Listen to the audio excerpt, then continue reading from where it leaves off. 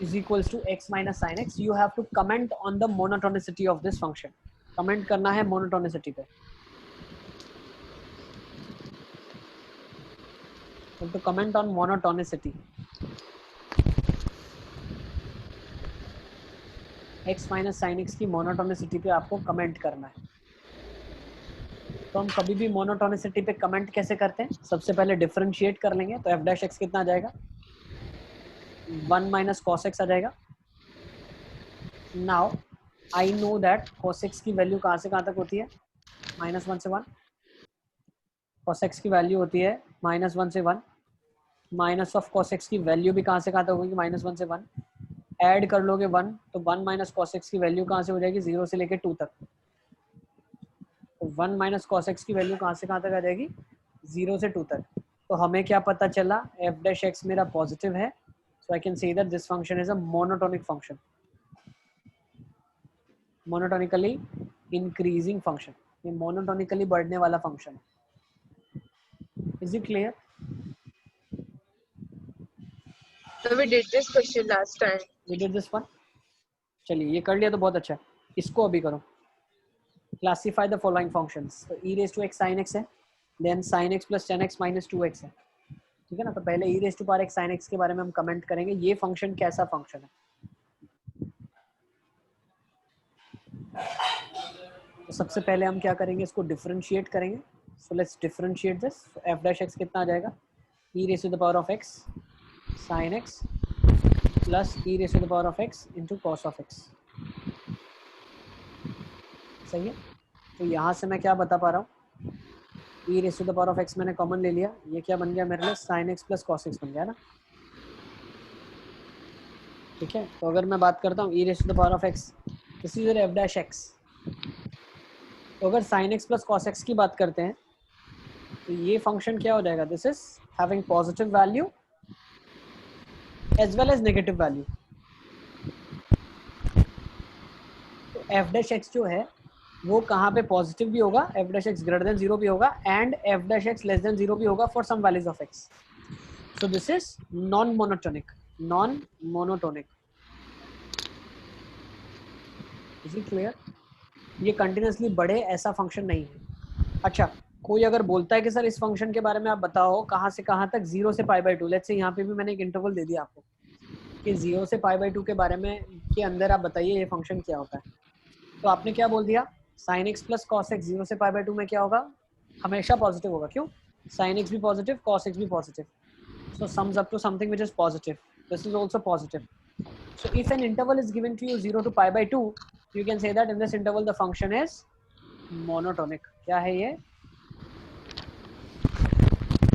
ये फंक्शन एक monotonic function है. सर इंक्रीजिंग होगा या डिक्रीजिंग होगा कैसे पता चलेगा? क्या होगा? या डिक्रीजिंग होगा ऐसे पता चलेगा?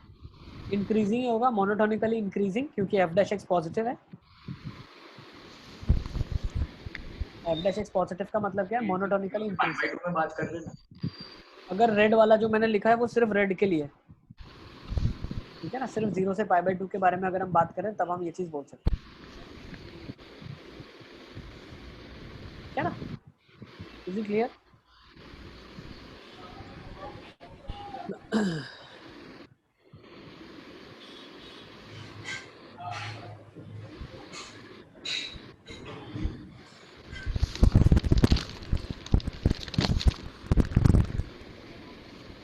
चले आगे. Let's talk about next now. Sir Yes, एक मिनट. लिखो.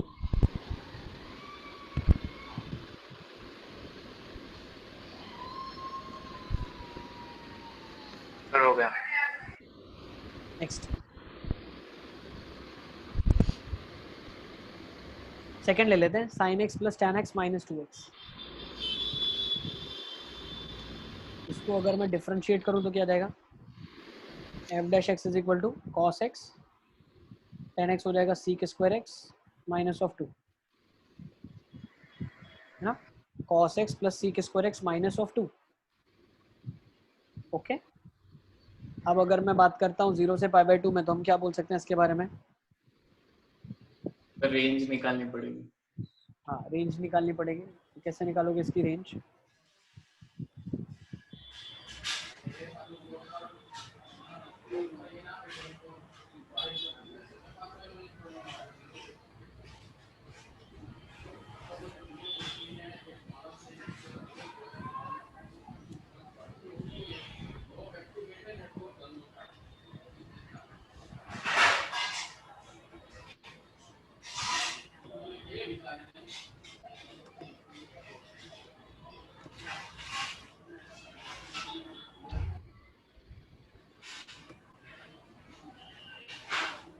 सर हेलो, यस बेटा, यस यस यस साइड क्या करवा रहे हो? मैथ्स करवा रहा हूँ। अरे नहीं सर, वैसे नहीं। अरे एओडी कर रहे हैं हम अभी, पेपर का डिस्कशन हमारा डाउट क्लास में करेंगे 6:55 वाली। सर मेरा मतलब बाहर जाना पड़ा था इसलिए छूट गया सर। कोई बात नहीं, कुछ मिस नहीं हुआ है, हम सिर्फ क्लासिफाई कर रहे हैं फंक्शंस को कि मोनोटोनिक होगा इनका बिहेवियर या नॉन मोनोटोनिक। देखो तो इसको थोड़ा सा अगर हम आंसर करना चाहते हैं तो कैसे आंसर कर सकते हैं? cos x plus 1/cos square x और ये -2 है ना, बस तो ये 1 प्लस कॉस क्यूब एक्स हो जाएगा अपॉन कॉस स्क्वायर एक्स हो जाएगा, -2 हो जाएगा। तो अगर मैं इसके बारे में अब कमेंट करना चाहता हूँ तो मैं क्या कमेंट कर सकता हूँ? या हम ऐसा कर लें क्या, इसको अगर मैं AMGM से करके देखूँ तो AMGM से इसको मैं अगर लिख दूँ cos ऑफ x/2 और इसको भी लिख दूँ मैं cos ऑफ x/2, ठीक है ना, दो फंक्शन ये हो गए और एक sec स्क्वायर x हो गया। सो can I say that sum of these three numbers, ठीक है ना, इसको अब हम AMGM से करने वाले हैं। cos ऑफ x/2 एक फंक्शन ले लिया प्लस cos ऑफ x/2 ले लिया और sec स्क्वायर x ले लिया, तो ये वाला एक्सप्रेशन बन गया मेरे पास। Can I say this value will be for sure greater than or equal to sum of three numbers by 3? It will be cube root of cos of x/2 into cos of x/2 into sec square x, ठीक है ना? तो वो cos और sec cut हो जाएंगे। बिल्कुल, तो ये क्या हो जाएगा? 4 बाहर निकल जाएगा, 3/4। नहीं 3, वो क्यूब रूट है, हाँ क्यूब रूट। हाँ, और ये आ जाएगा 1/2, सो 3/2 raised to the power of 4 raised to the power of 1/3, हाँ so 3 by cube root of 4। Sir ये वापस बताओ। सर यस बेटा, सर एक और सर, बार ये वो समझ वाला स्टेप से। देखो हमने क्या करा, इसका हम कंक्लूजन दे पाए कि भाई cos x और sec स्क्वायर x का वैल्यू क्या होता है, तो इसका कम से कम जो वैल्यू होता है वो कम से कम वैल्यू होता है निकालने के लिए AMGM का यूजेज हमने कर लिया। तो cos x को लिख दिया cos x/2 cos x/2 और ये sec square x as it is रखा, तो sum of these three numbers upon 3, तो ये 3 इसलिए इधर आ गया, is nothing but product of three numbers with their cube root, तो AM is greater than GM का कॉन्सेप्ट लग गया। अब मुझे चीज बताओ, वो 3 कैसे उधर आएगा लिख पर? ये यहाँ पे होता है a + b + c/3 is greater than cube root of ABC। अब ये वैल्यू के बारे में कुछ कमेंट करना पड़ेगा ना हमको कुछ कमेंट करके बताना पड़ेगा। तो अगर मैं थोड़ा ध्यान से सोचूं तो अगर मैं इस 3 को अंदर लेके जाऊं तो 27/4 हो जाएगा, तो 27/4 का क्यूब रूट है ना, यस और नो? हाँ सर। अब 27/4 का क्यूब रूट है और ये 2 है, तो इनमें से बड़ा कौन होगा? दोनों को क्यूब कर दो, तो 27/4 बड़ा या 8 बड़ा? सर ये वो 2 क्या बोल रहे हो? 2 का सर, अच्छा 4 था ना अंदर, ये 4 था और ये 2 है, कंपैरिजन करना है, 27/4 का क्यूब रूट हमको निकालना है ना, सही है?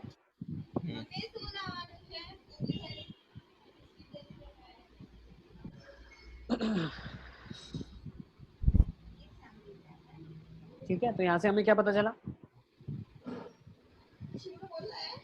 27/4 का अगर मैंने क्यूब रूट निकाला, ठीक है ना, इन तीनों का सम कर दिया, सम बाई 3, ये 3 जब मैं अंदर लेके चला गया तो अंदर जाने के बाद 27/4 का क्यूब रूट, तो ये वैल्यू 27/4 का क्यूब रूट, तो कंपैरिजन में ये पता चला ये तो बड़ा है, ये तो बड़ा हो गया है ना, तो ये वाली क्वांटिटी कहीं ना कहीं नेगेटिव हो जाएगी, सही है? ये नहीं आया। ये देखो मैं फिर से बताता हूँ, देखो जब इसको डिफरेंशिएट किया हमने, ध्यान से देखना अभी, ये आ जाएगा cos of x plus 10x का क्या हो जाएगा sec स्क्वायर x माइनस 2, ये आपका फंक्शन f डैश x बन गया।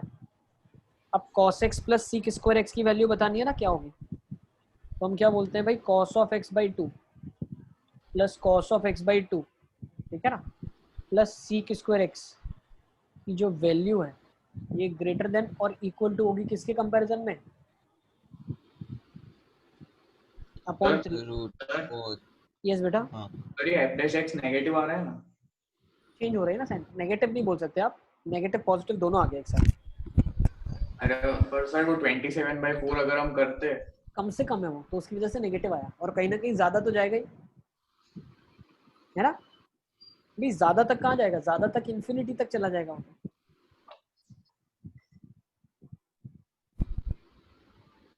समझ रहे हो, नहीं सर वो इन्फिनिटी तक कैसे जाएगा वो समझ नहीं आया। भाई x अगर आपका मान लेते हैं हम cos x 0 होगा, जहाँ cos x 0 होगा वहाँ पे sec x क्या हो जाएगा, इनफाइनाइट हो जाएगा ना, तो आंसर तो इन्फिनिटी आ जाएगा, है ना। हाँ सर। समझ आ रहा है। अच्छा तो अभी मैं इसको एम जी एम से बताने की कोशिश कर रहा हूँ कि क्या होगा, तो ये cos x बाई 2 आ जाएगा, फिर इधर भी cos ऑफ x बाई 2 आ जाएगा, और इधर sec स्क्वायर x आ जाएगा, ठीक है ना।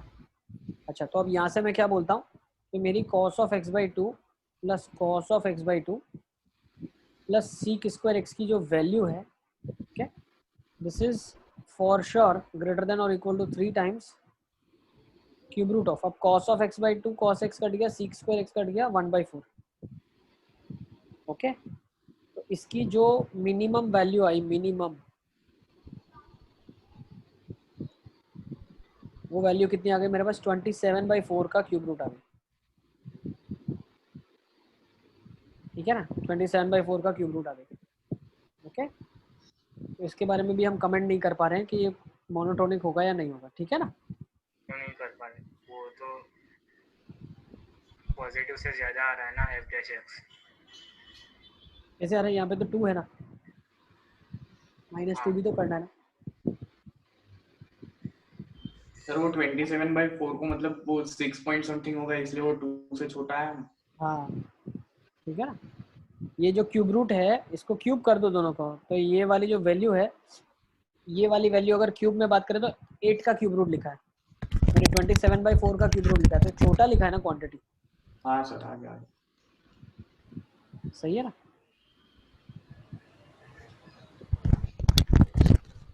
ओके यस ठीक है, यस सर। ठीक है, लेकिन अब ध्यान से एक चीज और भी समझो, ये इक्वल जो मिनिमम वैल्यू है, ये मिनिमम वैल्यू कब होती है, अब एक सेकंड ध्यान से समझना, इसमें कॉन्सेप्ट ये भी है, ये मिनिमम वैल्यू कब होल्ड करती है, जब इक्वालिटी हो, तो cos x किसके बराबर हो जाए, sec स्क्वायर x के बराबर हो जाए, ठीक है ना, तो cos क्यूब x 1 के बराबर हो जाए, मतलब cos x। क्यूब x क्या हो जाए, 1 के बराबर हो जाए, हाँ सर तो cos और x। cos क्यूब x जब 1 के बराबर होगा तो sec स्क्वायर x भी क्या होगा, 1 के बराबर होगा, cos क्यूब x 1 के बराबर होगा, ठीक है ना, तो मेरा sec स्क्वायर x भी 1 के बराबर होगा, तो मिनिमम वैल्यू तो क्या आ रही है यहाँ से, मिनिमम वैल्यू क्या आ रही है मेरे पास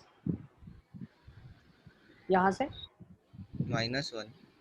मिनिमम वैल्यू आ रही है, इसकी भी वैल्यू 1 आ रही है, इसकी भी वैल्यू 1 आ रही है, तो मिनिमम वैल्यू मेरे पास 2 आ रही है, तो 2 - 2 मेरे पास 0 आ रही है। समझ आ रहा है आपको, देखो मैं कुछ ऐसा बताना चाह रहा हूँ, बहुत ध्यान से समझना, cos ऑफ x बाई 2, देखो देखो, हाँ एक सेकंड, थोड़ा सा ये लिखने में हमने गलती कर दिया, cos x नहीं है, cos ऑफ x बाई 2 है बेटा, cos of x by 2 is equal to sec square x, तो cos ऑफ क्यूब x जो होगा वो 2 के बराबर आना चाहिए, 2 के बराबर आना चाहिए, which is not possible, cube of cos can never be equal to 2, तो ये कभी मिनिमम वैल्यू एग्जिस्ट ही नहीं करेगी, विल नॉट एग्जिस्ट।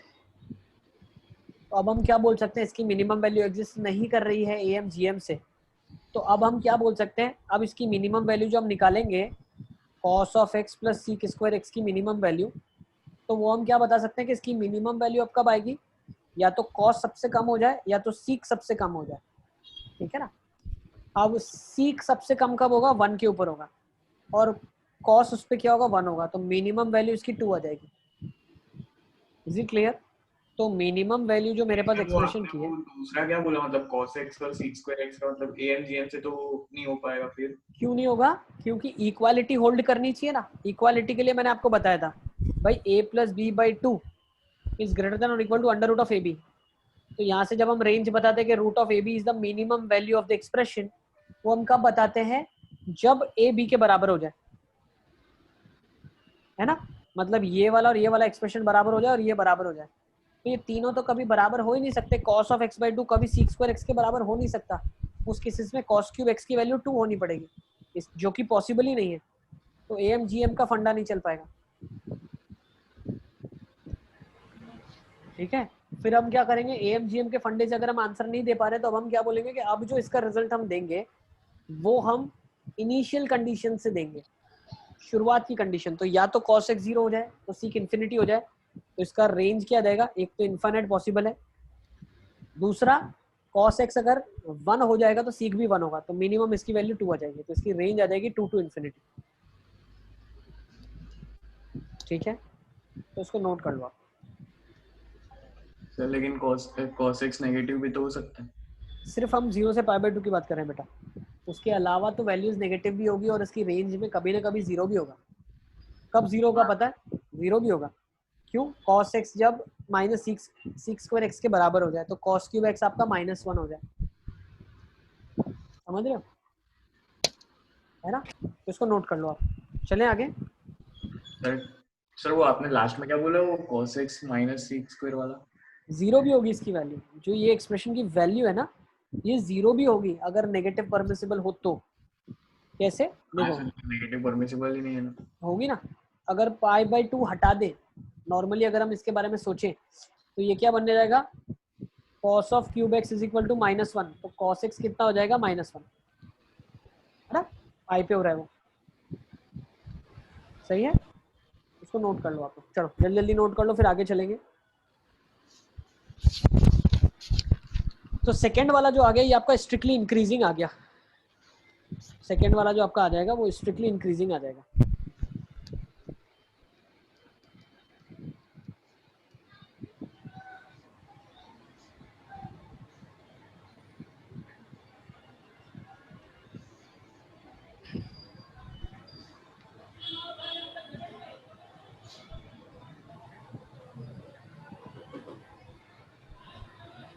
ठीक है, चले आगे। लेकिन पहला वाला तो नॉन मोनोटोनस आया था, वो पीछे आंसर स्ट्रिक्टली वो इंक्रीजिंग। इसीलिए दिया क्योंकि क्वेश्चन एक्चुअली e की power x plus sin x था। ठीक है ना, आपने क्वेश्चन को चेंज कर दिया। ओके e की power x plus sin x होगा तो वो हमारे लिए मोनोटोनिक आ जाएगा। ठीक है, क्योंकि उसका डिफरेंशियल e की पावर x होगा और sin का डिफरेंशियल cos होगा। ठीक है, तो वो मोनोटोनिक कैसा है? कर लो, उसको भी कर लेते हैं। चलो एक क्वेश्चन हम ये भी ले लेते हैं। मान लो अगर इसकी जगह हमें क्वेश्चन दे दिया जाए तो आप कैसे बोलोगे, e की power x plus sin x है,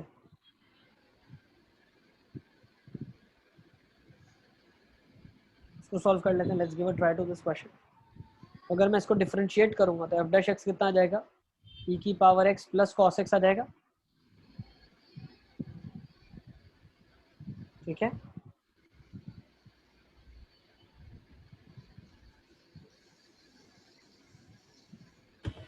अब अगर यही 0 से पाई बाई 2 इंटरवल दे दी जाए आपको वापस से, उस इंटरवल के लिए दोनों पॉजिटिव है तो f डैश x भी पॉजिटिव आपका आ जाएगा। तो नहीं होगा ना, वही मैं पूछ रहा था। नहीं नहीं, इंटरवल दिया हुआ होना चाहिए। ठीक हाँ है, सर, वरना नहीं तो फिर तो नॉन मोनोटोनस ही होगा ना। बिल्कुल, क्योंकि वो भी नेगेटिव हो सकता है ना। e की पावर x भी पॉजिटिव रहेगा लेकिन cos ऑफ x जो है वो कभी ना कभी तो -1 दे देगा, तो मोनोटोनिक हम नहीं बोल सकते, है ना। सर यस बेटा। बिल्कुल e की पावर x 0 इंफिनिटी पे देगा, ओके सॉरी सर -इंफिनिटी पे, ओके, तो सर वो -1 भी देगा तो फर्क क्या पड़ेगा, वो -इंफिनिटी पे तो मतलब मान लो cos की आपने वैल्यू। वैल्यू डाल दी, मान लेते हैं, काम करते हैं ना, मान लेते हैं अपन ने वैल्यू डाल दिया एक -पाई डाल दिया, चलो माइनस ऑफ पाई डाल दिया, तो क्या हो जाएगा, p raised to power minus of pi -1 quantity होगा माइनस है ना। ये क्वांटिटी क्या होगी, नेगेटिव होगी, नेगेटिव। हाँ सर। है ना। ठीक है, ठीक है सर। फिर लिख लो आप। ठीक है, तो दिस इज नॉन मोनोटोनिक। अगर नॉर्मली पूछा गया है, अगर आपको दिया है 0 से π/2 तो उसमें हम मोनोटोनिक बोल सकते हैं। ठीक है, अगर मान लिया जाए इधर दे दिया जाए इन x बिलोंगिंग टू 0 से π/2 तो हम बोल सकते हैं। ठीक है, चले आगे, लेट्स टेक दिस क्वेश्चन। अब ये क्वेश्चन ले लो आप, आपके पास है fx is equal to sec x minus of cosec x और x की वैल्यू 0 से π/2 है। इस फंक्शन के बारे में आप क्या बोल सकते हैं?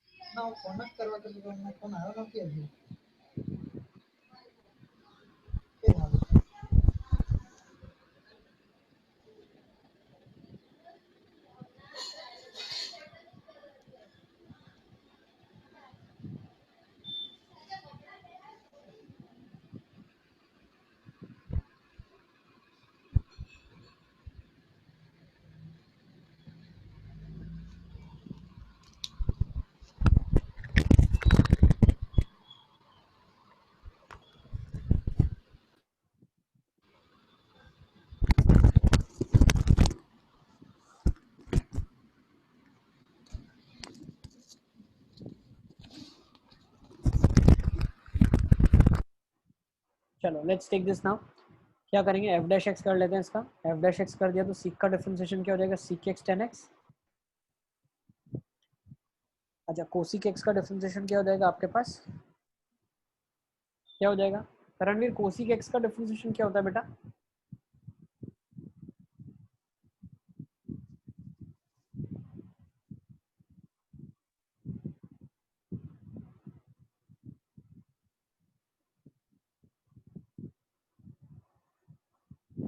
निधीश से पूछते हैं, निधीश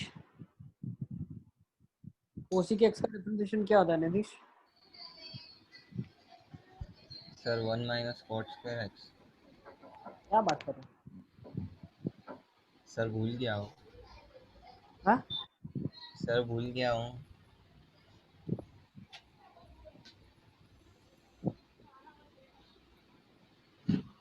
इसको याद है, फरहान को पूछते हैं। चलो फरहान, फरहान कोसिक एक्स का डिफरेंशिएशन क्या होता है?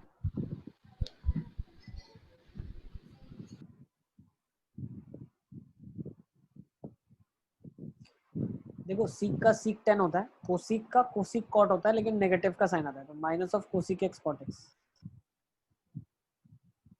ठीक है ना, तो ये क्या हो जाएगा, sec x tan x plus cosec x cot x. अब ये तो काफी ट्रिवियल है, फर्स्ट क्वाड्रेंट की बात हो रही है, तो सारी क्वांटिटीज पॉजिटिव है फर्स्ट क्वाड्रेंट में ना, तो resultant will be greater than 0। So F x is a monotonic function, लिख लो। तो एफ एक्स जो आ जाएगा आपका मोनोटोनिक आ जाएगा। चलें आगे, नेक्स्ट इसको ले लेते हैं। Find the least value of K for which x square plus kx plus 1 is strictly increasing in the interval x belonging to 1 to 2। 1 से 2 जो x की इंटरवल है उसमें आपका फंक्शन जो ये क्वाड्रेटिक फंक्शन है ये स्ट्रिक्टली इंक्रीजिंग होना चाहिए।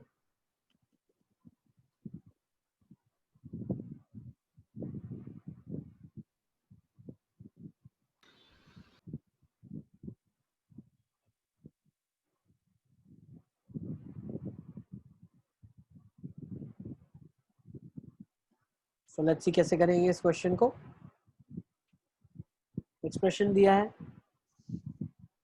एक्स स्क्वायर प्लस के x plus 1, F dash x कर लेते हैं, डिफरेंशिएट करके आ जाएगा 2x प्लस के। अब ये बोल रहा है ये हमेशा पॉजिटिव होना चाहिए, देख लेते हैं भाई। x की वैल्यू 1 से 2 है, तो 2x की वैल्यू कहाँ से कहाँ तक हो जाएगी, 2 से 4। तो 2x की वैल्यू जो है, अब k की वैल्यू क्या है, ग्रेटर देन -2x होनी चाहिए, है ना भाई। ये जो वैल्यू आ जाए मिला के इनका सम 0 से बड़ा हो जाए, तो 2x की वैल्यू अगर 2 to 4 है तो k की वैल्यू क्या चल सकती है, k की वैल्यू आप क्या सब्स्टिट्यूट कर सकते हो। देखो मान लो 2x की वैल्यू 2 हो जाए, तो के सर की माइनस क्या इन्फिनिटी चलेगा? से 2 सब्स्टिट्यूट कर सकते हैं ना पॉजिटिव चाहिए हमको। सर। तो मान लो के की वैल्यू माइनस इन्फिनिटी डाल दी तो नेगेटिव हो जाएगा ना। सर -2 से -2 डाल सकते हो, देखो आप बिल्कुल -2 डाल सकते हैं। -2 से कहाँ तक जा सकते हैं हम? सर 2 तक ही जा सकते हैं। क्यों? ये तो आगे तक जा सकता है ना, इन्फिनिटी तक। के की वैल्यू अगर इन्फिनिटी डाल दी तो पॉजिटिव आ जाएगा ना। हाँ सर आगे आगे समझ। ठीक है ना। तो के का जो वैल्यू होना चाहिए वो -2x से बड़ा होना चाहिए। तो के का वैल्यू क्या होना चाहिए? -4 से -2 से बड़ा होना चाहिए। -2 से बड़ा मतलब -2 से इन्फिनिटी चलेगी, है ना के की वैल्यू। ठीक है,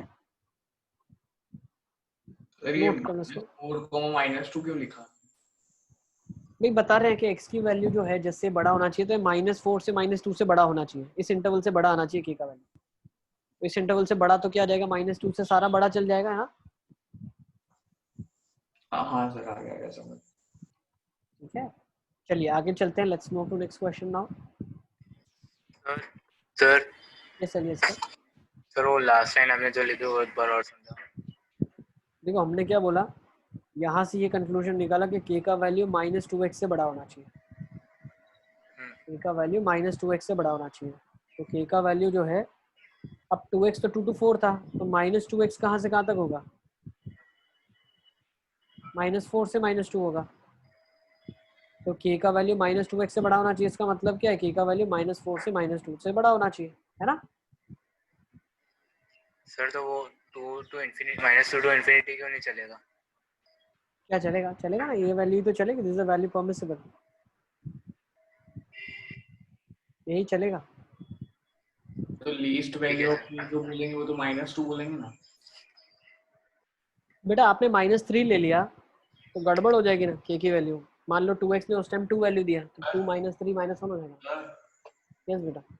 सर लीस्ट वैल्यू ऑफ के जो बोलेंगे वो -2 नहीं बोल सकते ना, मतलब बोल सकते -2। कोई बात नहीं, -2 भी बोल सकते हो आप। देखो -2 क्यों बोल सकते हैं हम? सर f'(x) 0 तो भी चलेगा मतलब। देखो एक्चुअली अगर देखा जाए तो -2 अगर हो जाए नहीं बोल सकते। क्यों पता है? -2 अगर ये हो जाए वैल्यू, ठीक है ना, इफ दिस बिकम्स -2, ओके, के की वैल्यू -2 हो जाए तो के की ये जो x की वैल्यू है ये 1 नहीं डाल सकते आप, 1 से आगे डालनी पड़ेगी। ठीक है, तो अगर 1 से ज्यादा ही डालनी है तो ये क्वांटिटी तो 2+ ही आएगी, तो डाल सकते हैं। हाँ के सर की डाल वैल्यू एक्चुअली -2 डाल सकते हैं क्योंकि ये 2+ हो जाएगा और 2+ में से अगर 2 घटा देंगे। सर उधर x में क्लोज्ड होता तो फिर चेंज होता ना फिर अपना। हाँ अब देखो तो भी चलता, पता है क्यों? क्योंकि अगर ये क्लोज्ड होता और ये वैल्यू 1 होती तो ये 2 होता। तो भी अगर 0 हो जाए, f'(x) अगर किसी एक पॉइंट पे 0 हो जाए तो हमें कोई प्रॉब्लम नहीं है। f'(x) 0 इंटरवल में नहीं होना चाहिए। बस एक पॉइंट पे 0 हो सकता है। सर मोनोटोनिसिटी रहेगी उसकी फिर। हाँ रहेगी। ठीक है, for a function to be monotonous, differential has to be positive, and if it is becoming 0 it is permissible to be 0 at a point, not in an interval. ठीक है, चलिए आगे चलते हैं। अभी सर तो कोई और दूसरे पॉइंट पे नहीं होगा ना? हाँ नहीं होगा। नहीं होगा, x = 1 के लिए ही सिर्फ डिफरेंशियल 0 हो रहा है। मतलब मल्टीपल पॉइंट्स पे हो सकता है। हो सकता है ना, डिपेंडिंग अपॉन ग्राफ है। f'(x) 0 का मतलब क्या है? f'(x) 0 का मतलब है टेंजेंट बनाया गया। तो अब मान लो ऐसा कोई कर्व है, ऐसा कर्व है, तो यहाँ भी टेंजेंट, यहाँ भी टेंजेंट, यहाँ भी टेंजेंट, यहाँ भी टेंजेंट, तो इन सारे पॉइंट्स पे f'(x) 0 हो रहा है। हाँ सर आगे समझ। ठीक है ना, हो सकता है। अब ये क्वेश्चन ले लो आप, चलो 0 से इन्फिनिटी टू r f(x) दिया हुआ है आपको, check whether this is injective और नॉट। इंजेक्टिव का मतलब क्या पता है? 1 1। ठीक है ना, फंक्शन 1 1 फंक्शन है या नहीं आपको चेक करना है। 1 1 हम कैसे चेक करते थे? एक कंडीशन ये थी, अगर आपको याद है 1 1 फंक्शन की कंडीशन क्या होती थी? If you remember, if the function is strictly increasing or decreasing then it is a 1 1 function. हमेशा 1 1 ही होगा अगर वो strictly बढ़ रहा है या घट रहा है।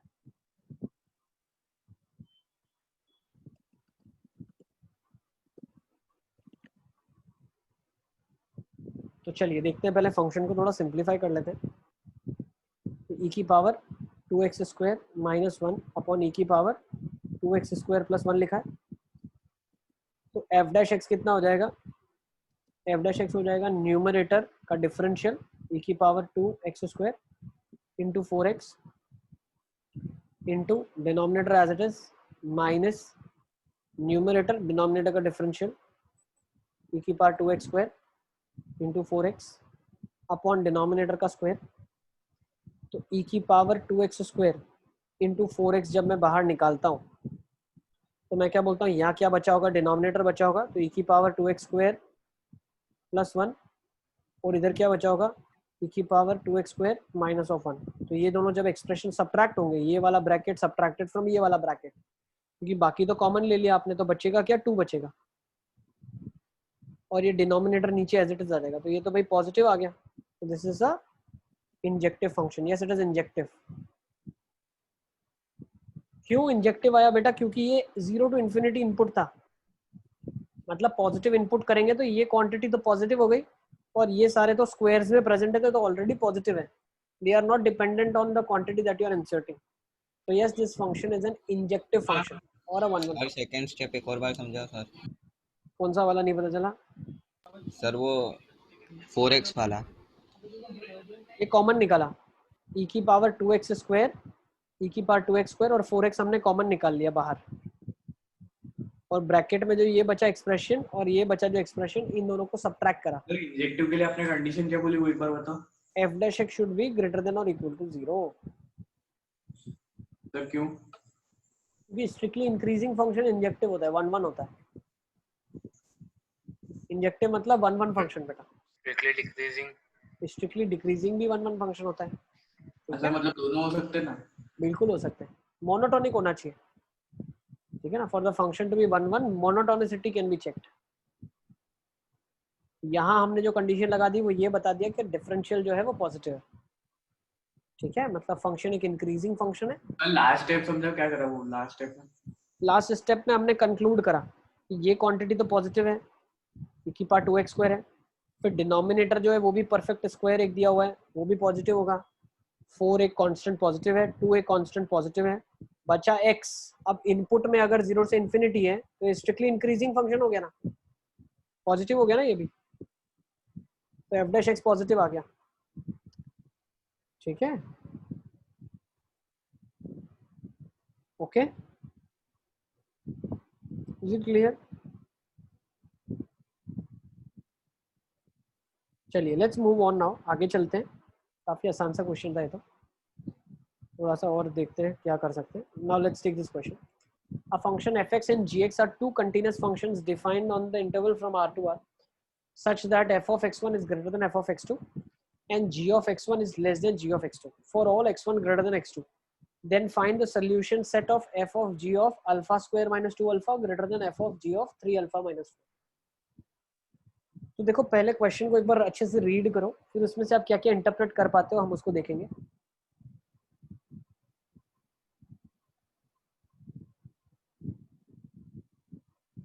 ध्रुव का कितना मार्क्स है? ध्रुव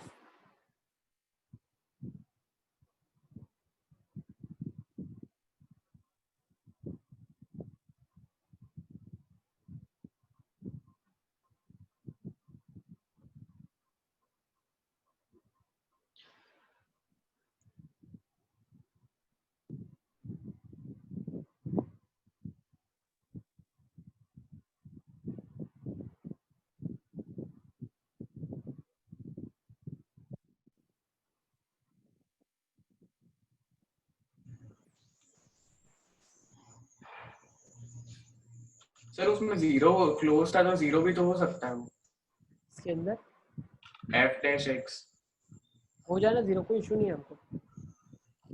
0 हो गया, f डैश x 0 का मतलब क्या होता है, वहाँ पे स्लोप पैरेलल होगी ना। ग्राफ अगर इसका अपन बनाएंगे, मान लो स्लोप कहीं ना कहीं ऐसे बन गई, ग्राफ ऐसे होता है ना ग्राफ ऐसे, तो यहाँ पे कोई ना कोई प्रॉब्लम नहीं है, तो आके 0 हो जाए स्लोप, हमें कोई इशू नहीं है, ठीक है ना। अभी हमने देखा बहुत जगह पे क्या होता है, f डैश x 0 होता है, इसका मतलब ये बिल्कुल भी नहीं है कि फंक्शन ने बढ़ने से घटना शुरू कर दिया या घटने से बढ़ना शुरू कर दिया, ठीक है। जैसे f ऑफ x अगर x स्क्वायर के बारे में हम बात करें तो ऐसा ग्राफ होता है x स्क्वायर का।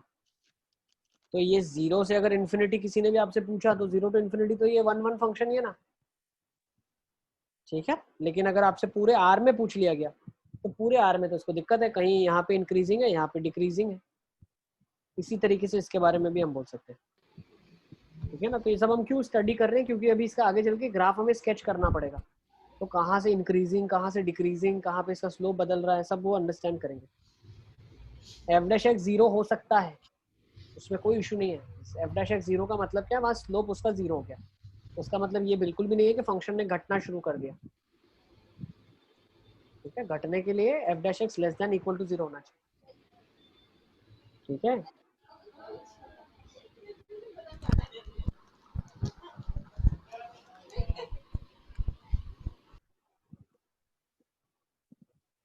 चलिए लेट्स टेक दिस क्वेश्चन। अभी इधर से हमने क्या क्या इन्फर किया है पहले तो हम बहुत समझेंगे।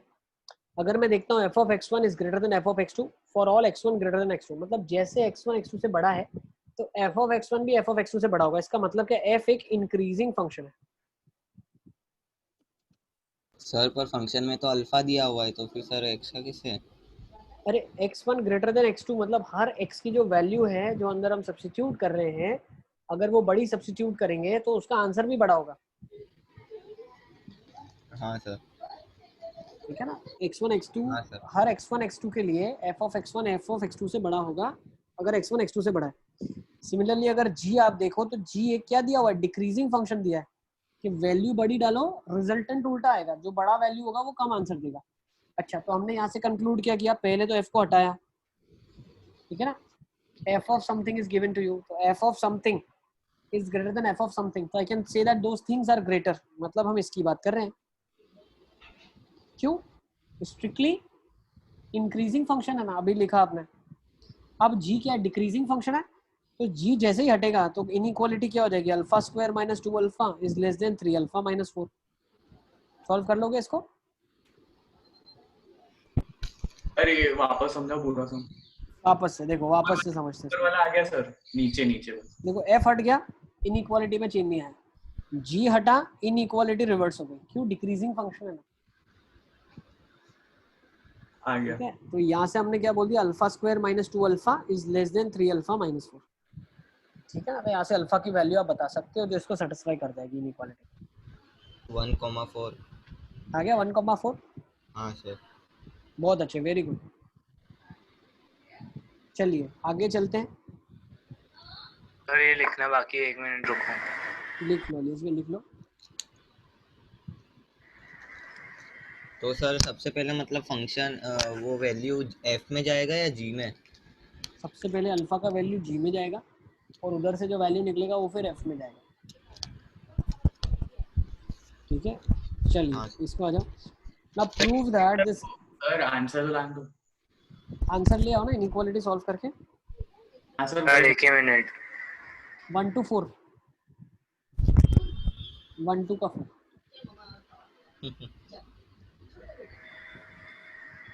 चलो अब इसको प्रूव करना, थोड़ा जल्दी जल्दी करेंगे। सर वो आंसर क्या है? 1 to 4, 1 से लेके 4 तक।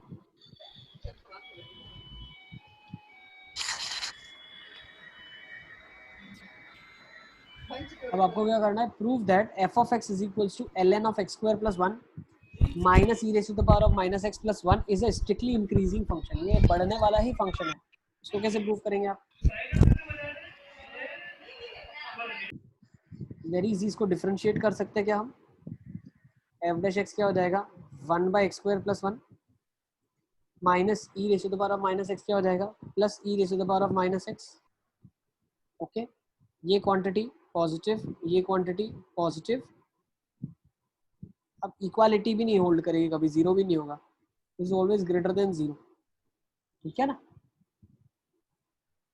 ठीक है, x की वैल्यू वो इन्फिनिटी always डालेंगे greater तब than जाके zero कभी ना कैसे कभी आया? जीरो हो जाए। बेटा क्वांटिटी पॉजिटिव है ना दोनों, ये क्वांटिटी पॉजिटिव है, ये भी क्वांटिटी पॉजिटिव है, तो पॉजिटिव्स का सम तो पॉजिटिव ही आएगा, तो this will be always positive. So yes, it's a strictly increasing function. Sir वो एक ही बात माइनस एक्स हमेशा पॉजिटिव है। हाँ हाँ आ गया एक्सपोनेंशियल डिक्रीजिंग, आ गया। ठीक है। चलिए आगे चलते हैं, लेट्स मूव ऑन। सर एक मिनट रुको तो सही। हाँ आ जाओ, चलिए ये लिख लिया, इसमें आ जाओ अभी। find the values of p if fx is equals to cos x minus 2px is invertible. उसमें 2x भी तो था एक 2x क्या था? 1/x² + 1 into 2x वाला जो था उसमें मतलब हाँ x 0 तो चलेगा. नहीं 2x नहीं आ रहा है, कुछ भी नहीं है, 2x नहीं है. 1/x² + 1 plus e raised to minus x. अगर 1/x² + 1 into 2x ये वाला कुछ ऐसा बन रहा है ना डिफरेंशिएट करने के बाद थोड़ा सा गड़बड़ हो गया, ऐसा होना चाहिए. बिल्कुल बिल्कुल बिल्कुल पूजन सही बोला आपने. हाँ सर 1/x² + 1 और ये 2x है. हाँ सर. अब वो 2x अब अपन को x दिया था मतलब. अब e की पावर ये दिया हुआ है -x + 1 मतलब ये तो डिफरेंशियल 0 हो जाएगा, है ना. अब इसके बारे में अब थोड़ा सा कमेंट हमें करना पड़ेगा. तो अगर मैं इसको नीचे ले जाऊं x को तो ये क्या बन जाएगा? x + 1/x बन जाएगा. यस डिफरेंशियल में थोड़ा सा मिस्टेक हो गया, यहाँ पे एक 2x भी आएगा बिल्कुल. तो ये 2/x + 1/x बन रहा है ना. और ये e की पावर -x बन रहा है. तो अब हम यहाँ से क्या बोल सकते हैं? सर वो 2/x + 1/x कैसे बना? ये x को नीचे ले गए. आ गया. अब यहाँ से थोड़ा कंक्लूजन ऐसे निकालते हैं. देखो कैसे कंक्लूजन सर x निकालते हैं. + 1/x greater than 2 होगा. x + 1/x greater than 2 होगा फॉर x being पॉजिटिव. -∞ से -2 भी तो हो सकता है. हाँ बिल्कुल. अभी कंक्लूजन यहाँ से ऐसे निकालते हैं. देखो x + 1/x की वैल्यू जो है -∞ से -2 होती है, यूनियन 2 से इन्फिनिटी होती है. Reciprocal of this, so 1/x + 1/x का जो वैल्यू है ये कहाँ से कहाँ तक लाई करेगा? रेसिप्रोकल अगर मैं इसको कर दूं तो ये कहाँ से कहाँ तक हो जाएगा? 0 और ये हो जाएगा -½ ये हाफ. तो इसकी वैल्यू -½ से हाफ हो जाएगी.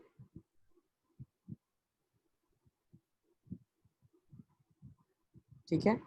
तो 2/x + 1/x का वैल्यू एक्चुअली -1 से 1 चला जाएगा. तो इस क्वांटिटी का जो आंसर है ये वाली जो क्वांटिटी है, सर वो -½ से आप समझनी पड़ी. ये वाला बेटा इसको उल्टा कर दिया ना, ये वाली इधर चली गई, ये वाली लिमिट 0 को तरफ जाएगी, ये वाली हाफ को जाएगी और ये वाली भी 0 को जाएगी. हाँ सर आ गया. है ना. अच्छा अब इधर से हम क्या बोल सकते हैं? एक -½ को जा रही है 0. अब ये 0 यहाँ पे एक्चुअली ओपन होता, लेकिन ये क्वेश्चन 1/x + 1/x नहीं था, ये क्वेश्चन में x ऊपर था. तो वो 0 कब होगा? जब x की वैल्यू 0 हो जाए. सही है ना. अच्छा तो मेरे पास अगर मैं बात करूं इस एक्सप्रेशन की वैल्यू क्या आ रही है? -1 से 1 आ रही है ना. अच्छा तो -1 से 1 आ रही है, इसका कंक्लूजन ये है इसकी वैल्यू -1 से 1 आ रही है और इसकी वैल्यू क्या जाएगी? 0 से इन्फिनिटी आ जाएगी, है ना. अब हमें थोड़ा बहुत कंक्लूजन ड्रॉ करना पड़ेगा. अगर ये -1 से 1 आ रहा है, ये 0 से इन्फिनिटी आ रहा है, तो ये एक्चुअली -1 वैल्यू कब देगा? जब x की जगह -1 आ जाए. ये -1 कब देगा? जब x की जगह -1 हम डालेंगे, है ना. तो जब x की जगह आपने -1 डाल दिया तो यहाँ पे क्या आ गया? 2 × -1/2 विच इज अगेन -1. और जब यहाँ x की जगह आपने -1 डाल दिया तो ये क्या दे देगा आपको? e की पावर -1 मतलब e. सर वो आपने x + 1/x मतलब क्या करा? वो x + 1/x belongs to -1, 1. हाँ -½ 1/x + 1/x का वैल्यू, फिर 2/x + 1/x का वैल्यू -1 to 1 बिलोंग करेगा. तो यहाँ से हमने कंक्लूजन निकाला कि इसकी वैल्यू -1 से 1 आ रही है और e की पावर -x की वैल्यू कहाँ से कहाँ तक आती है? 0 से इन्फिनिटी आती है. ठीक है. अब जब x की वैल्यू देखो पॉजिटिव होगी तभी तो कोई प्रॉब्लम ही नहीं है. क्यों? क्योंकि उसके लिए इसका रेंज आ जाएगा 0 से 1 और इसका रेंज आ जाएगा 0 से 1. ठीक है. और जब x की वैल्यू, ध्यान से समझना, ये मैं क्या बता रहा हूँ आप ध्यान से समझना, जब x का वैल्यू 0 से छोटा होगा पॉजिटिव के लिए तो दोनों पॉजिटिव है। जब x का वैल्यू 0 से छोटा होगा तो इसका आंसर क्या आएगा, ये वाले एक्सप्रेशन का, यहाँ पे लिख रहा हूँ मैं, देखो 2x by x plus 1 by x का जो आंसर है, इसका आंसर जब x का वैल्यू 0 से छोटा होगा उसके लिए इसका आंसर आएगा -1 से 0। Is it clear? और e की पावर -x का आंसर कहां से कहां तक आएगा? 0 से लेकर के 1 में आएगा। 1 से लेके इंफिनिटी में आएगा। सर अरे हाँ सर, उल्टा ग्राफ देख लिया मैंने, e की पावर x। इन दोनों को, हाँ, अब इन दोनों को जब आप ऐड करोगे तो क्वांटिटी हमेशा पॉजिटिव ही आएगी। तो this is a strictly increasing function. ठीक है, सही है। क्वेश्चन अच्छा था, जितना हम हल्के में इसको हमने फटाफट कर लिया, एक चीज मिस आउट कर लिया था। उस चीज को अगर हम ऐड करते हैं तो कंक्लूजन वहां से ड्रॉ करेंगे तो कुछ सीखने मिलेगा। ठीक है ना, तो ये ऐसे आप कंक्लूड करेंगे इसको। x पॉजिटिव के लिए दोनों पॉजिटिव है, और x नेगेटिव के लिए उसका रेंज -1 से 0 आ रहा है, उसका रेंज 1 टू इंफिनिटी आ रहा है। सर 1 मिनट ये लिखने दो, वरना फिर बाद में कुछ समझ नहीं आए। लिख लो, पूरा स्टेप बाय स्टेप लिखना, पहले डिफरेंशिएट करना, फिर x प्लस 1 बाय x का रेंज निकालना। क्या लिएगा सर? वो स्टेप बाय स्टेप भी लिख के बताओ एक बार। स्टेप बाय स्टेप मैं मार्क कर देता हूँ आपके लिए। This is your step 1, okay, where you are differentiating first. Then this is your step 2, where you are simplified the expression to find out the range 2 by x plus 1 by x function बना लिया। Third step is this, जहाँ x plus 1 by x का range निकाला। Fourth step is reciprocating x plus 1 by x. Fifth step is multiplying it with 2, and now we have the answer with us as -1 to 1. Now sixth step is to analyze when it is positive, and at positive both are positive. Seventh step is to analyze when they are negative, and then finding out the range for both of them. So we come to a conclusion that this result will be for sure positive. So these are the 7 steps that are supposed to be there in your answer to make a conclusion. Okay.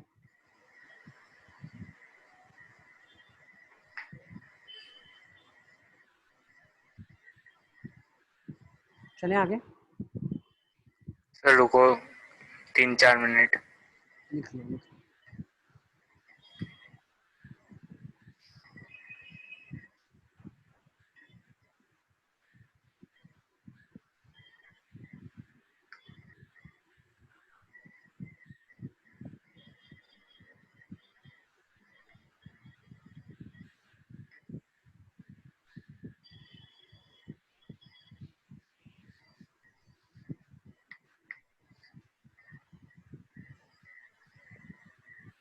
तो वो 0 value कब आएगी? जब 0 होगा तब ना।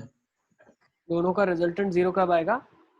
ये वाला बन जाएगा जब x का वैल्यू 0 हो जाए।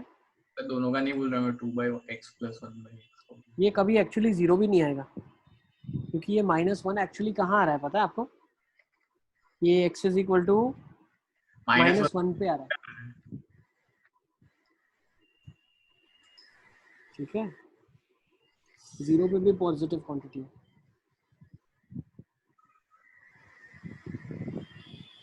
चलें आगे। सर लास्ट 2 स्टेप 6 और 7 ही बाकी है, 2 ही मिनट।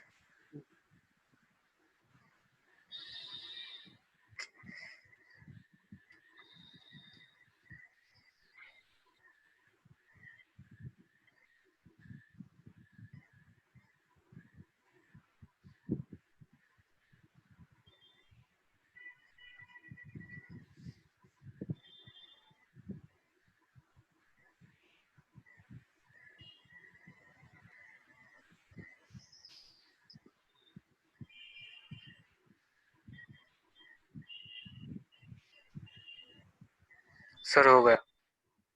चलिए let's take down next question. Find the values of p if fx is equal to cos x minus 2px is invertible. Sir invertible का मतलब? इन्वर्टिबल का मतलब बेटा ये 1-1 फंक्शन भी होगा और ये ऑन टू फंक्शन भी होगा। अब 1-1 हमें प्रूव करना है, ऑन टू तो ठीक है। देखो cos x की वैल्यू -1 से 1 है। अब जो p के साथ x जुड़ा हुआ है वो x क्या करेगा, -∞ से इंफिनिटी जाते जाते सारी वैल्यूज देता रहेगा। So this function is yes an onto function, we don't need to check for it being onto. वो ऑन टू वाला वापस समझो। ऑन टू वाले का मतलब क्या है, cos x का वैल्यू भले -1 से बना जाए, लेकिन 2px क्या करेगा, 2px is nothing but a linear function, इसका रेंज क्या होगा, r हो जाएगा, हम्म, है ना। ठीक है, तो अब हमें क्या करना है, इसको इन्वर्टेबल बनाने के लिए इसे 1-1 प्रूव करना है कि फंक्शन 1-1 फंक्शन है।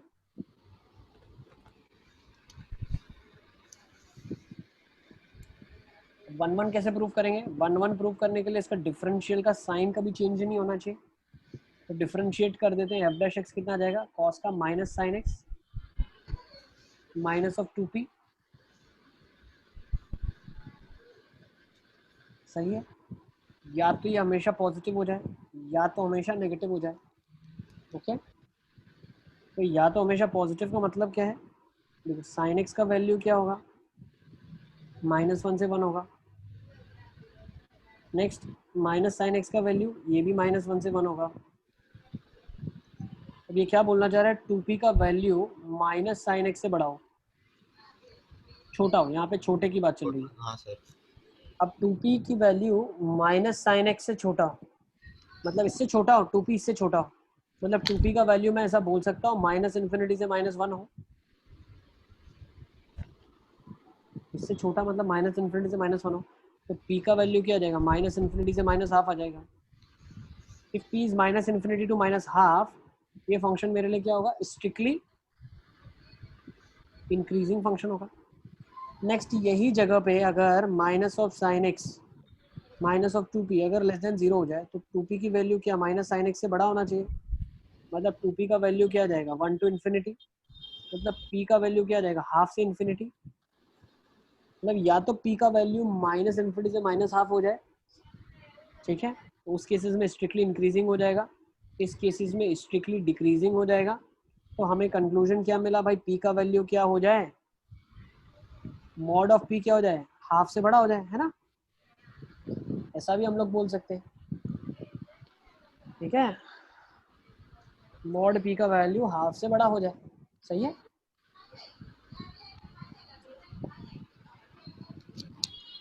सर यस यस यस यही सर वो -1 और 1 पे क्यों क्लोज नहीं लगा 2p की रेंज -1 में? पे 1 क्लोज क्यों नहीं लगा, लगा सकते हो बेटा आप, यहाँ पे इक्वालिटी होल्ड करेगी, बिल्कुल होल्ड करेगी, ठीक है ना। डिफरेंशियल अगर इक्वल टू 0 हो जाएगा तो वो किसी पॉइंट पे ही 0 होगा, ठीक है। पीरियोडिक फंक्शन नहीं है ना, लीनियर और कभी भी पीरियोडिक मिला के पीरियोडिक नहीं बनता है, तो फंक्शन पीरियोडिक नहीं है, पीरियोडिक नहीं है तो कोई टेंशन ही नहीं है,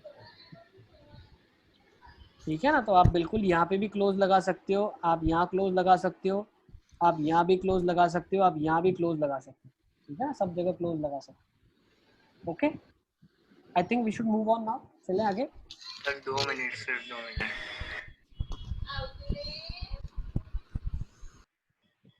ठीक है ना, अभी तो सिर्फ डिफरेंशियल के कॉन्सेप्ट को अच्छे से समझा कि डिफरेंशिएट करेंगे, मोनोटोनिक प्रूव करने के लिए क्या करना पड़ेगा, डिफरेंशियल बताना पड़ेगा, साइन नहीं बदल रहा है, या तो हमेशा पॉजिटिव रह रहा है या तो हमेशा नेगेटिव रह रहा है।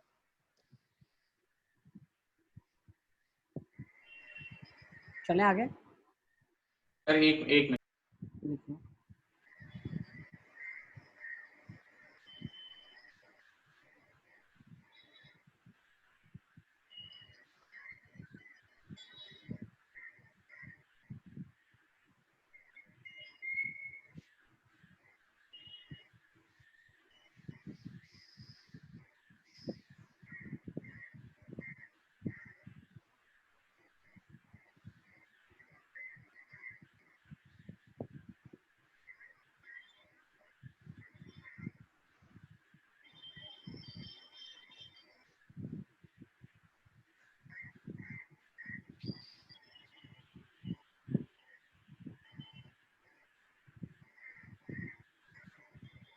Sir yes yes yes sir, sir वो आपने 2p is less than -sin x के बाद क्या किया है?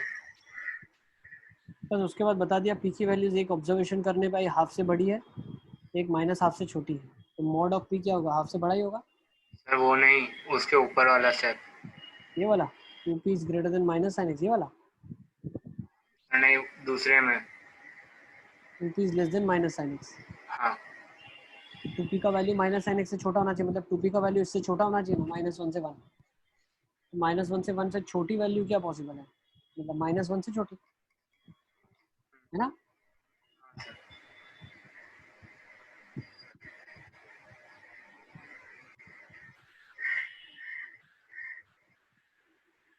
चलें आगे। सर एक minute.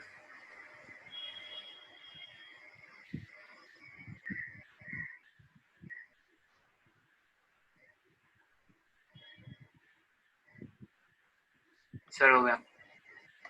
Let's take down next question now. देखो ये क्वेश्चन दिया हुआ है, find the values of a if f of x is equals to 2 e raised to the power of x minus a e raised to the power of minus x plus 2a plus 1 into x minus 3 is a increasing function for all x। मतलब हर x के लिए ये बढ़ने वाला function ही होगा।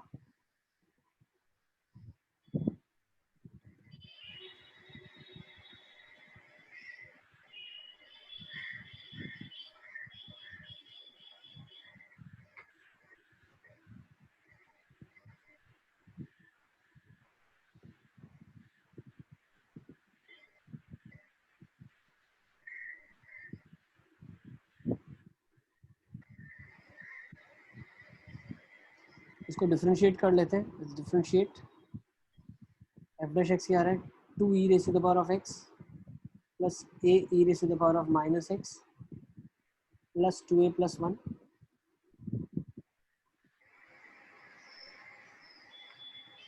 सही है, x वो 1 हो जाएगा। अब इसमें एक ही वैल्यूज आप क्या क्या बता सकते हैं, क्या क्या हम रख सकते हैं।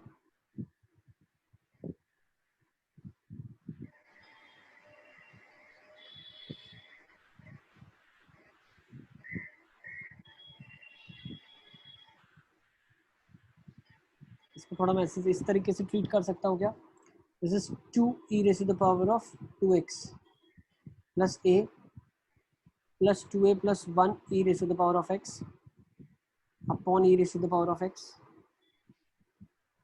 this is your f dash x, 2 e की power 2x plus 2a plus 1 e की पावर x प्लस a। ठीक है, अब अगर इसकी बात करें तो ये तो हमेशा पॉजिटिव होगा।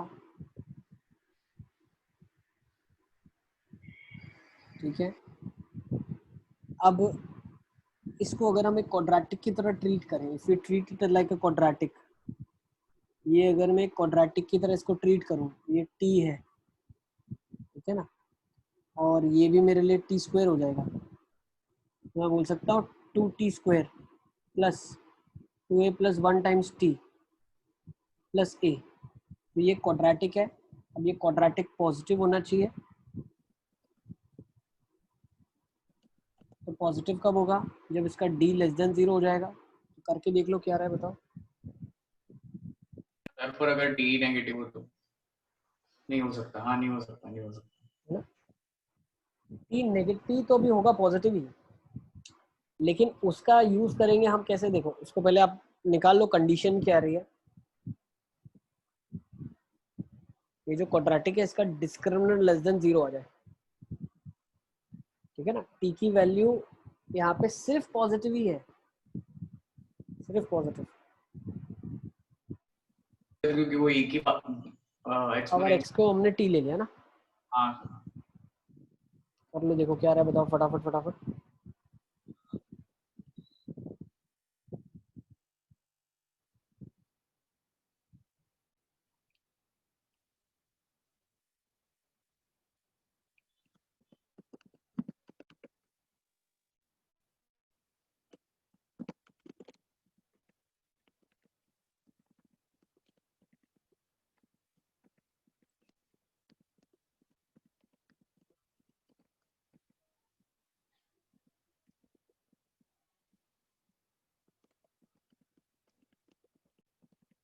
पर 4a square minus 4a plus 1 आ रहा है लेस देन 0। क्या रहा है, 4a square minus 4a plus 1 4a square minus 4a plus 1 less than 0। मतलब यहाँ से क्या आ गया मेरे पास, अच्छा 2a plus 1 b square minus 4ac है ना सर 1,2 से 1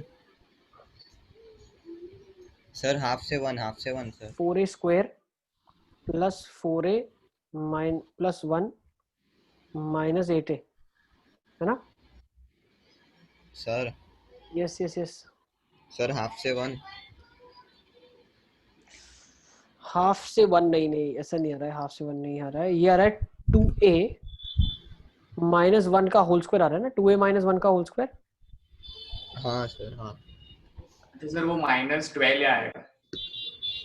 नहीं देखो इसकी 2a माइनस 1 का होल स्क्वायर 2a-1 जो करा 2a + 1 होगा ना राइट तो माइनस 8 है ना ये तो माइनस प्लस 4 माइनस 8 सर आपने जो उधर ऊपर लिखा है ना 2a - 1 होल स्क्वायर वो क्यों लिखा? ये नेट क्वांटिटी तो यही बनेगी ना ये हाँ 2a माइनस 1 का होल स्क्वायर लेस देन 0 ही बन रहा है ना हाँ सर आपने उधर पता नहीं क्यों लिखा है वो उधर देखा इसलिए है ना यही बन रहा है ना हाँ सर यही ये बन रहा है यहाँ से 4a² - 4a + 1 तो यहाँ से तो हमको कोई एक ही वैल्यू नहीं मिल रही है from here we are not getting any value of a क्यों पता है ये क्वांटिटी तो परफेक्ट स्क्वायर है परफेक्ट स्क्वायर नेगेटिव कैसे हो सकता है ना हाँ सर यहाँ से वैल्यू नहीं मिल रही है एक काम कर लेते हैं इधर से कुछ ऐसा कर ले क्या अगर मैं यहाँ से कुछ क्लब करने की कोशिश करूँ if I try to club something मान लो 1/e⁴x को तो मैंने बाहर रख दिया 2e⁴2x को मैंने बाहर रख लिया फिर मैंने क्या कर लिया कुछ try to combine let me try to combine yes बेटा 2e⁴x को क्लब कर सकते हैं ना पर वो a वाला बाहर रहना पड़ेगा कर ले क्या वैसा कर लेते हैं देखो अगर मैं इस तरीके से फैक्टराइज करूं 2e⁴2x है प्लस 2a⁴x है ना और एक आ जाएगा प्लस a प्लस e⁴x फिर इसको मैं लिखूं थोड़ा सा ऐसे करके अगर 2e⁴x कॉमन निकाल लिया है ना तो ये क्या हो जाएगा e⁴x तो 2e⁴x + 1 a + e⁴x ऐसा कुछ बन रहा है क्या ऐसा बन रहा है कुछ देखो ओके अब यहाँ से देखो कंक्लूजन यहाँ से अपन निकाल सकते हैं ठीक है देखो यहाँ से अपन कंक्लूजन निकाल सकते हैं कि 2e⁴x + 1 है ये क्वांटिटी क्या पॉजिटिव क्वांटिटी है ये वाली क्वांटिटी क्या है पॉजिटिव क्वांटिटी है अब एक ही वैल्यू बतानी है ताकि स्ट्रिक्टली इंक्रीजिंग रहे स्ट्रिक्टली इंक्रीजिंग का मतलब हमेशा ये बढ़ता हुआ ही रहे अब हमेशा बढ़ता हुआ रहे इसका मतलब क्या है कि ये वाली क्वांटिटी भी पॉजिटिव होनी चाहिए सही है ना समझ आ रहा है देखो हम कंक्लूजन क्या निकाल रहे हैं फर्स्ट वाली क्वांटिटी पॉजिटिव है और मेरी सेकंड वाली क्वांटिटी भी पॉजिटिव है ये क्वांटिटी भी पॉजिटिव आ रही है ये वाली क्वांटिटी भी पॉजिटिव आ रही है और ये वाली क्वांटिटी भी अगर पॉजिटिव आ रही है तो मैं पॉजिटिव बोलता हूँ तो मुझे ये तो पता है कि ये तो इंडिपेंडेंट ऑफ ए है exponential always positive independent of a है एक्सपोनेंशियल ऑलवेज पॉजिटिव अब जब मैं इसकी बात करता हूँ a + e⁴x की तो ये वाली क्वांटिटी क्या आनी चाहिए पॉजिटिव आनी चाहिए ये पॉजिटिव कब होगी भाई a + e⁴x है ये पॉजिटिव होना चाहिए तो e⁴x की रेंज क्या होती है सर -∞ से इन्फिनिटी नहीं सर 0 से इन्फिनिटी 0 से इन्फिनिटी है ना 0 से इन्फिनिटी होती है इसकी रेंज हाँ तो a की तो वैल्यू क्या डालेंगे तो भाई a इससे बड़ा होना चाहिए तो a बड़ा होना चाहिए का मतलब क्या a का वैल्यू मैं डाल सकता हूँ कोई भी 0 से इन्फिनिटी में भाई जैसे आपने a मान लो -1 डाल दिया और उसी टाइम e⁴x का वैल्यू -1 से थोड़ा छोटा मतलब 1 से थोड़ा छोटा हो जाए 1/e हो जाए तो नेट क्वांटिटी नेगेटिव हो जाएगी ना तो हम क्या करेंगे a की वैल्यू 0 से इन्फिनिटी में सब्स्टिट्यूट करेंगे है ना तो a की वैल्यू क्या चलेगी all positive will come a greater than 0 is the answer अच्छा ये वाला क्यों आंसर नहीं दे पाया यहाँ पे इसके पीछे भी रीजन है why we can not get answer from here उसके पीछे रीजन ये है कि t आपने बोला हर रियल के लिए मैं ढूंढ रहा हूँ बट जो यहाँ पे है आपका t वो सिर्फ पॉजिटिव क्वांटिटीज ही है ठीक है ना t सिर्फ पॉजिटिव क्वांटिटीज ही है क्योंकि e⁴x कभी नेगेटिव नहीं हो सकता ठीक है ना। तो कर्टेल है जो ये क्वाड्रेटिक है, ये पूरा क्वाड्रेटिक नहीं है, पूरा पैराबोला नहीं है, ये कटा हुआ पैराबोला है। ठीक है, इसीलिए यहाँ से हम कंक्लूजन नहीं ड्रॉ कर पा रहे हैं, तो हम इसको इस तरीके से फैक्टराइज करके कंक्लूजन दे देंगे। सही है।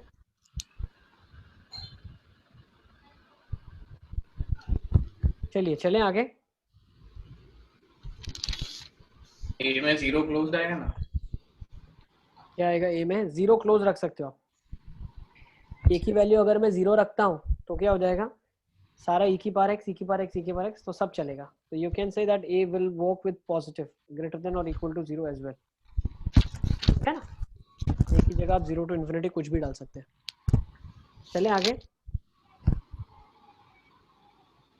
चलो लेट्स टेक दिस क्वेश्चन। ये बहुत एक अच्छा इंपॉर्टेंट कॉन्सेप्ट है। Is every invertible function monotonic? क्या हर इन्वर्स होने वाला फंक्शन मोनोटोनिक होता है?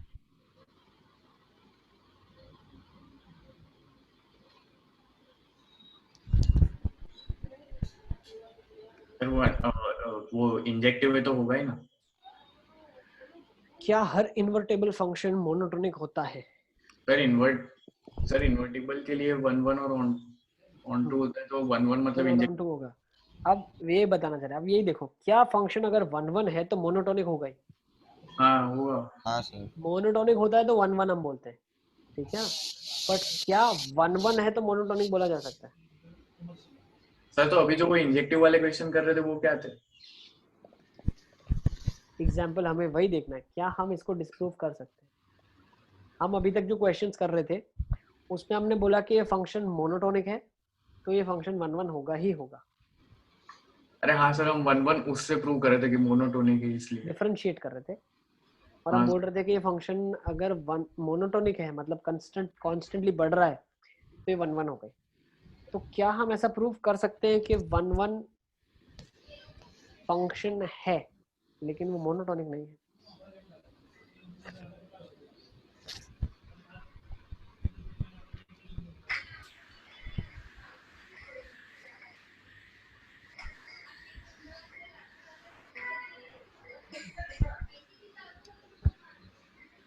सर ये चलिए इसका नहीं सर, कुछ नहीं।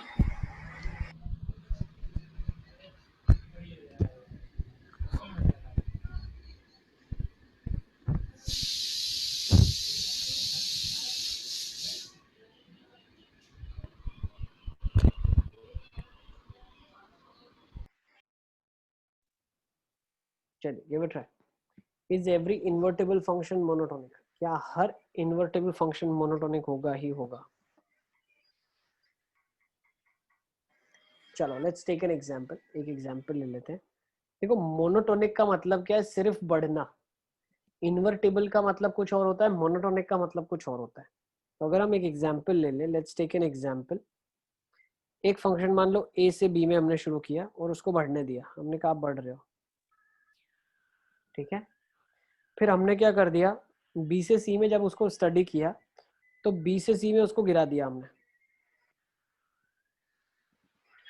ए से बी में उसको बढ़ने दिया, फिर बी से सी में उसको गिरा दिया हमने।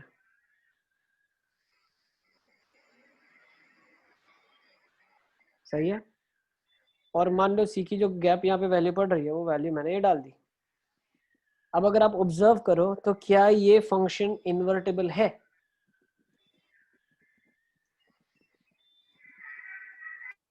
क्या ये फंक्शन इन्वर्टेबल है? हाँ सर। बिल्कुल इन्वर्टेबल है। हर एलिमेंट की एक ही इमेज है। सर पर ऑन टू का है। ऑन टू भी है, पूरा का पूरा ऑन टू है। सर कैसे? जैसे मान लो फंक्शन हमने डिफाइन कर दिया a to b, from A B to, range क्या दिख रही है यहाँ पे? 0 से Q। 0 से q। क्यों? ऐसे 0 से p दिख रही है ना a से b में, तो a से c पूरा ही ले लो आप, पूरा पूरा लेना है। लो तो 0 से q। अब इसमें फंक्शन इन्वर्टेबल है? हाँ बिल्कुल है।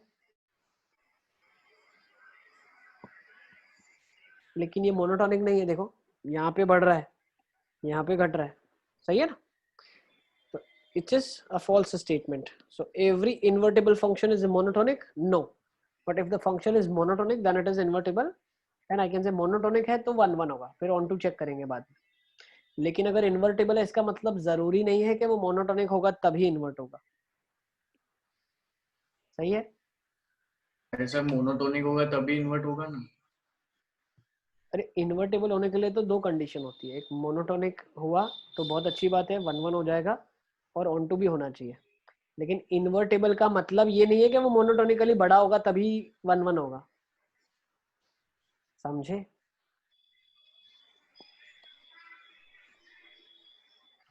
Is it clear? ऐसा ज्यादा सर वो ग्राफ बना के देख लेंगे मतलब ऐसे ही। ये तुमको ग्राफ बना के दिखा दिया मैंने, ये एक एग्जांपल है जिससे हमने डिस्प्रूव कर दिया उसको, ठीक है ना, ये स्टेटमेंट को। आंसर मतलब ज्यादा सोचूं कंफ्यूज हो जाए। ये आपके पास किस तरीके के क्वेश्चन में आ सकता है, स्टेटमेंट 1 और स्टेटमेंट 2 वाले क्वेश्चन आते हैं ना, असर्शन रीजनिंग वाले, उसमें ऐसा क्वेश्चन दिख सकता है हमको, ठीक है? चलिए आगे चलते हैं। सर एक मिनट वो लिखना मतलब ग्राफ बनाना है, बना लो, ठीक है ना। जैसे फॉर एग्जांपल ये इधर ग्राफ बनाया हुआ है, ठीक है ना, इस तरीके से आप बना सकते हो।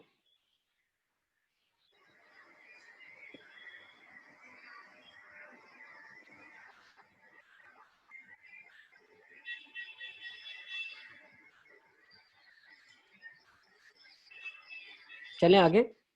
Yes sir. जैसे देखो ये भी फंक्शन दिया हुआ है, f(x) is a plus 2x cube minus 3x square plus 9x minus 1 find a if f(x) is strictly decreasing। अगर ये कंटिन्यूअसली फंक्शन जो है ये कंटिन्यूअसली घट रहा है। अब देखो इसमें ये कॉन्सेप्ट लगा सकते हो आप जो हम लास्ट टाइम लगा रहे थे, पता है, डिफरेंशिएट करा और कोएफिशिएंट्स का जो क्वाड्रेटिक आया उसको लेस देन 0 कर दिया, क्योंकि डायरेक्ट क्वाड्रेटिक है, हर x की वैल्यू चलेगी इसमें। उसमें x के लिए जो t था वो सिर्फ पॉजिटिव आ रहा था, मतलब मतलब सब्स्टिट्यूशन भी ऐसा जो मतलब सारी रेंज कवर ना करता हो वो वाला करे तब वो क्वाड्रेटिक नहीं लगाना है। नहीं लगा सकते क्योंकि उसमें कर्टेल है, कटा हुआ है। चलो तो इसको कैसे करेंगे? डिस्क्रिमिनेंट मतलब वो कर सकते हैं ना, लेस कर देन सकते 0 हैं वाला। क्योंकि हर वैल्यू के लिए क्यूबिक बनेगा आपका। तो डिफरेंशिएट अगर हमने इसको कर दिया तो क्या जाएगा, 3 times a plus 2x square minus 6ax plus 9a। अब ये क्या बोल रहा है, स्ट्रिक्टली डिक्रीजिंग होना चाहिए, मतलब ये वैल्यू हमेशा 0 से छोटी, 0 या 0 से छोटी होनी चाहिए।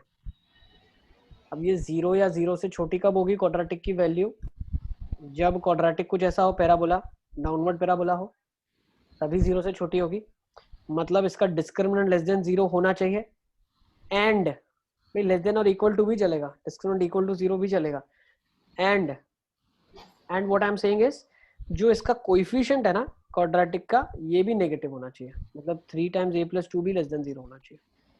सर वो कोएफिशिएंट अगर पॉजिटिव हो गया, कोएफिशिएंट अगर पॉजिटिव हो गया तो अपवर्ड पैराबोला बन जाएगा ना, तो ये तो पॉजिटिव आ जाएगा, सही है ना।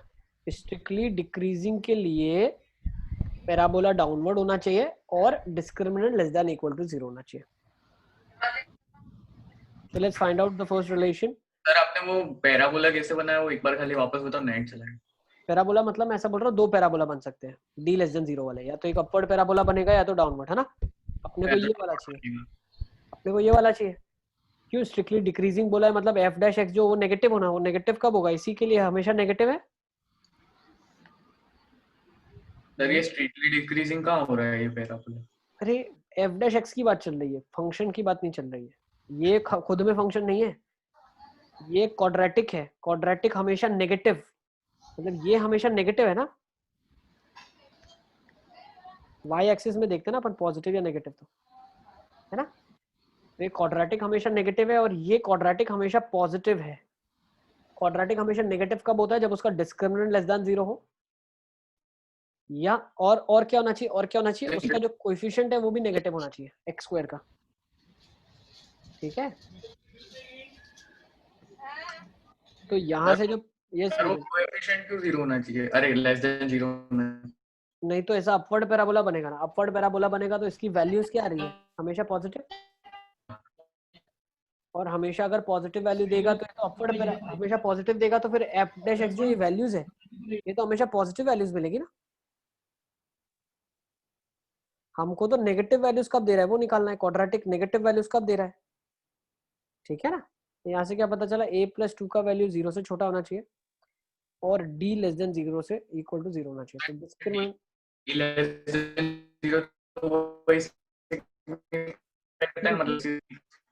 d लेस देन 0 इसीलिए हमने करा क्योंकि ये अगर पैराबोला नीचे कहीं ना कहीं चला गया, अगर उसने पॉजिटिव से नीचे में नेगेटिव में गया या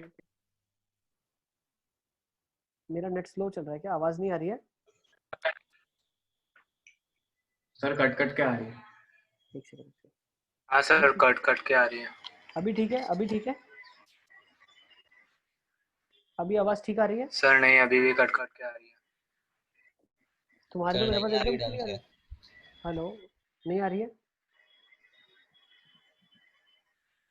एक सेकंड।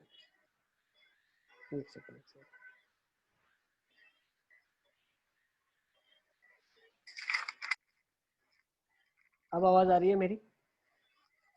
हाँ सर, अब आ रही।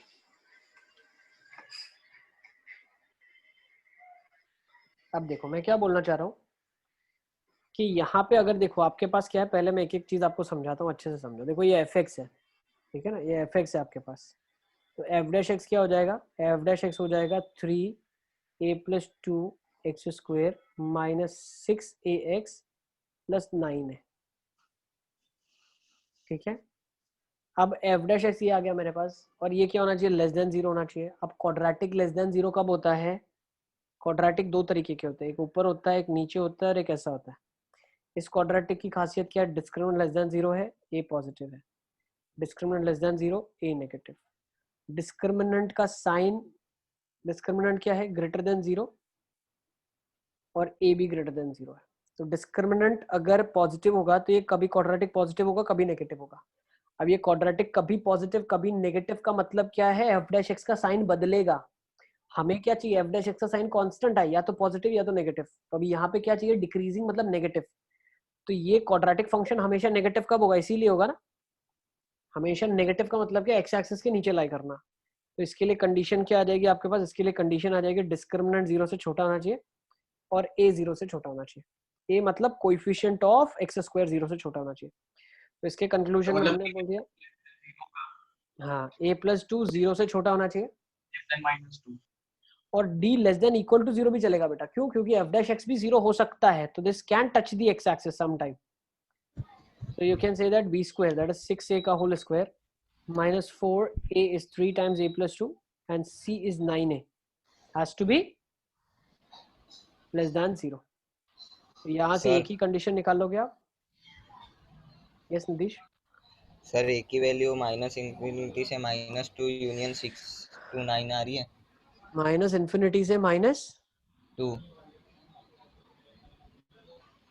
यूनियन 6, 6,9। 6,9 नहीं चलेगा ना बेटा, क्योंकि a plus 2 0 से छोटा होना चाहिए, तो a -2 से छोटा होना चाहिए। हाँ, एक कंडीशन ये आ रही है। इंटरसेक्शन लेना है, दोनों का इंटरसेक्शन लेना पड़ेगा ना। अच्छा।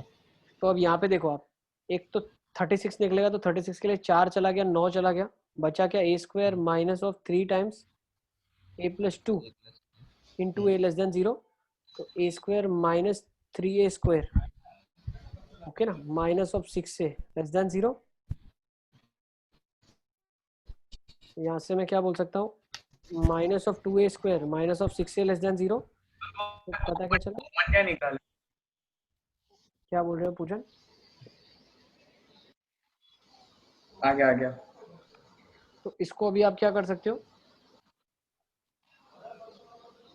देखो -2 हटा देंगे तो a, यस बेटा, a -3 ग्रेटर देन 0 आ जाएगा। कॉमन कैसे निकाला वो समझ नहीं आपने क्या करा उत्तर? नहीं सर, आ गया सर, आ गया ना?